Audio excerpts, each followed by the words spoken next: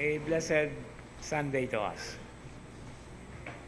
This particular special focus happening always on the fourth Sunday of Easter is to make a very important perspective or, sabi ng Cebuano, pagpahiluna that the resurrected Christ is none other than the shepherd mentioned in the Old Testament. And what particular psalm comes to our mind, although it is not the responsorial psalm for today, is Psalm 23. Okay, the Lord is my shepherd. Now, what is the background of shepherd in this particular context? In the Old Testament and in ancient times, shepherds are always considered to be the model of kingship. And particularly from the scriptures, we take the clue or the cue from the very person of David, who before becoming king was a shepherd.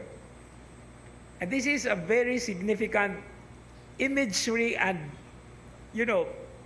model, because the shepherd is somebody who is not just actually owning the sheep, but in the practice of the Jewish community, especially the nomads, the nomadic people, the people always entrust their sheep to one particular person.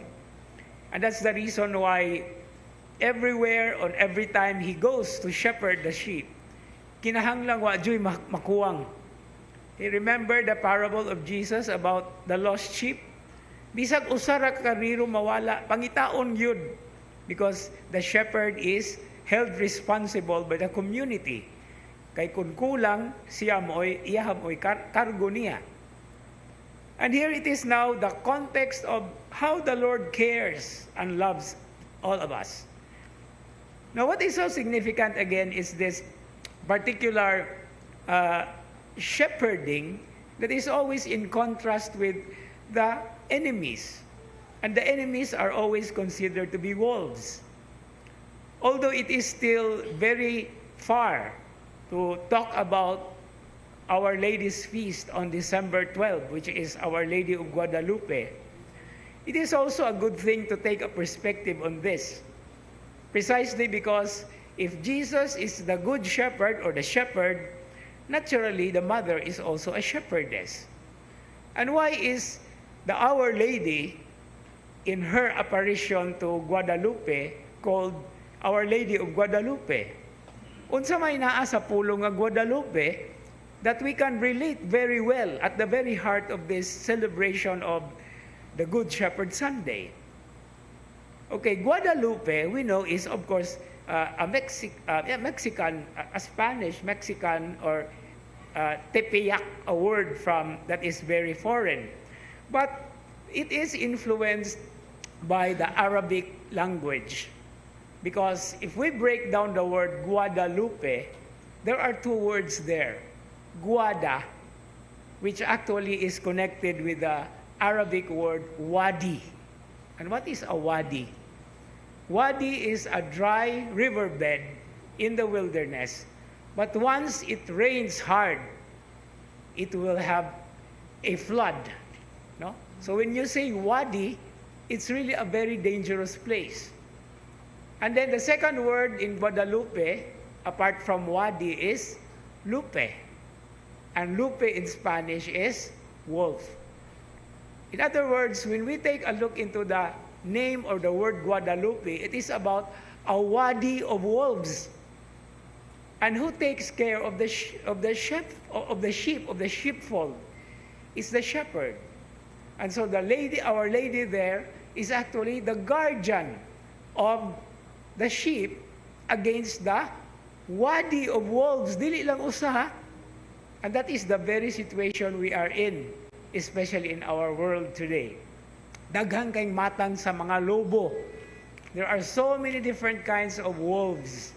Imaginative, practical, personal, concrete. Daghan kayong matang sa mga pagsulay sa kinabuhi. And this is where we get the help, first of all, of the Our Lady of Guadalupe, the mother of our Lord Jesus, the risen Lord.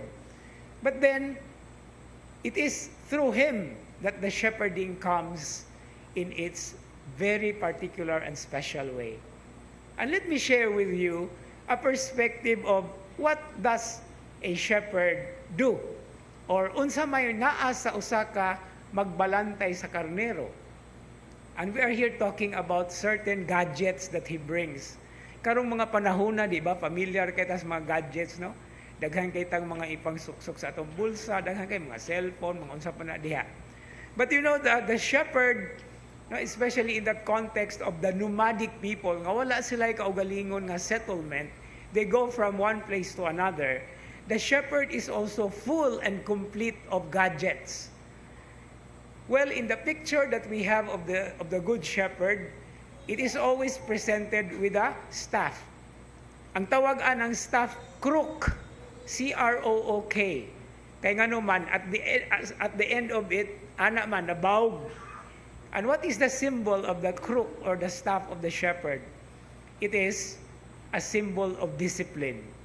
Nga kung malayo gali ng karnero, that is a very long staff. So, anaon, para ibutang kung asa siya angay moagi. But there is still one thing that the shepherd brings. It is not just the staff or the crook, but there's also a rod. Mubo ra na siya. And this is what we call a protective gadget. This is used in order to get rid of the wolves. Muna ilabay. No? Sa Australia siguro ang image ana is kanang bumirang. No, but this is a defense mechanism.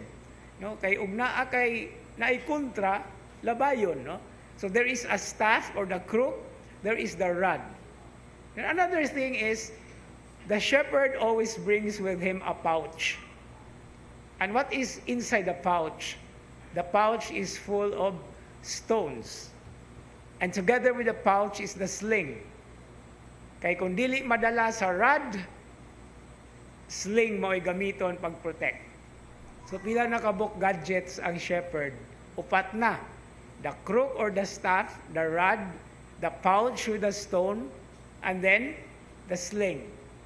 And then there is still another gadget or another instrument that the shepherd brings with him. And it's called the reed or the flute. I don't know if you're familiar with a very beautiful song, no? The Good Shepherd. No, he plays the flute. Nga naman, that is to kill the time while he is watching the sheep.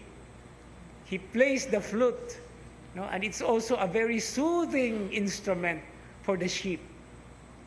No, walang tamasayod nga naapoy psychological characteristic ang mga karnero. Mamati sa na silang music. And it soothes them because sometimes they are also stressed. And this, among other things, are what the Good Shepherd brings. Now the Lord Jesus, by rising from the dead, by destroying death and giving us new life, is always a constant source of guidance, protection, discipline, and most of all, soothing presence. And this is the proper thing that we can always put within the context of the celebration. Daghan kayo nga mahimo ang Dios sa atong Ginoo sa atong kinabuhi. That's the reason why part of the introduction ganina, no? Today is also World Day of Prayer for Vocations. It is a reminder to all of us that as we talk about vocations, that is actually the call.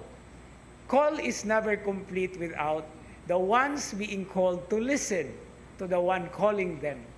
And so this is also a Sunday of attention, a Sunday of focusing to where the voice of the Good Shepherd, or to what the voice of the Good Shepherd is telling us. And hopefully, most of the time, this is what we crave for in life, the soothing message of the Word of God, the soothing message of the Good Shepherd, the soothing and protective reassurance that despite the so many things that we are doing in our constant journey of the faith, there is always somebody who leads us and who guides us. And to be a little bit more romantic in such a way to end my sharing, let us not forget a very beautiful narration or narrative of a song, Footprints in the Sand. I don't know if you're familiar with that. No? Towards the end of the narrative, the narrator speaks about he saw two sets of footprints. And we know that that's the person's footprint and the Lord who is guiding him.